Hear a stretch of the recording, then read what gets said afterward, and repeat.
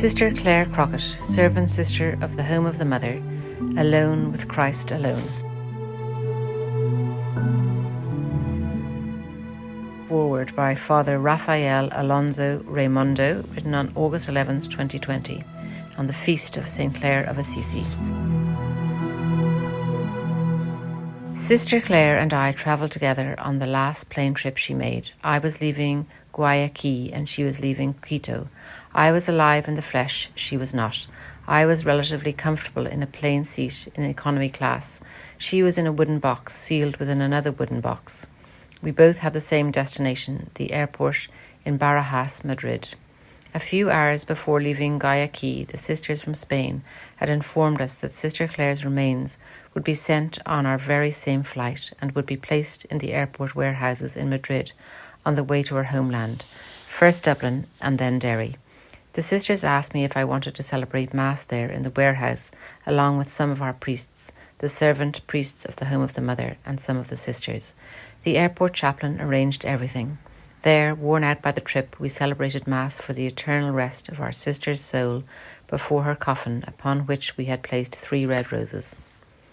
Not long after, a few sisters and I went to visit her mother, Margaret, and her 2 sisters. Now the scenery was a small house. After greeting her mother, who received us with a sad smile, I asked if I could see Sister Clare's room. A steep, narrow staircase led us right to her bedroom door after a small landing. Her room was very small, under 6 square metres, with a window, a bed, and a wardrobe. On a hanger I recognised the red leather jacket she liked so much. Margaret took it out, showed it to me, and put it back in the wardrobe. I walked carefully down the stairs, feeling as if I had visited a spiritual battlefield. Certainly in that same room intense battles had taken place in her soul against the world, which tried to fascinate and seduce her, against the devil who wanted to fill her with fear, and against her own flesh, which saw the call of God to leave everything behind as too demanding for her poor weakness. These are the same struggles we all have. I have visited her tomb several times. Graves are sad places, I think, where one is filled with pleasant memories of time spent with a loved one, and where moments of betrayal and difficulty are easily forgotten, although I am not certain of what I am saying. For me, the visits to Sister Clare's tomb have been grace-filled moments, bringing back so many memories of her life, a life of which I have been a qualified spectator. The experience she had of God was an authentic experience, because it was congruent with the truth that God has revealed concerning himself, mankind, and the world. I cannot help but recognise she was a twin soul of Saint Clare of Assisi, whose name she bore with grace. At the end of her life, Saint Clare said, "O God, blessed be you for having created me." Sister Clare probably did not have any time to say a last word for posterity, and if she said something, nobody heard her when the earthquake hit the sisters' house in Playa Prieta on April 16th, 2016 at 6:50 p.m.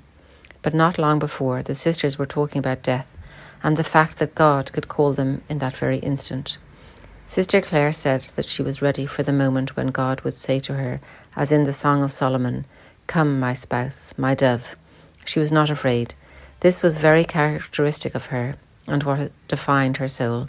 She was a courageous and determined woman, very persistent in what she undertook when love was what motivated her, and her soul was full of this love.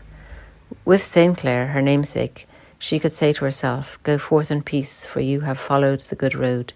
Go forth without fear, for he who created you has made you holy, has always protected you, and loves you as a mother." Read this book, and without doubt you will smile, at times laugh, and at times cry. It will always, always raise your soul to the place where we trust that she is now, along with the 5 girls who died with her, heaven.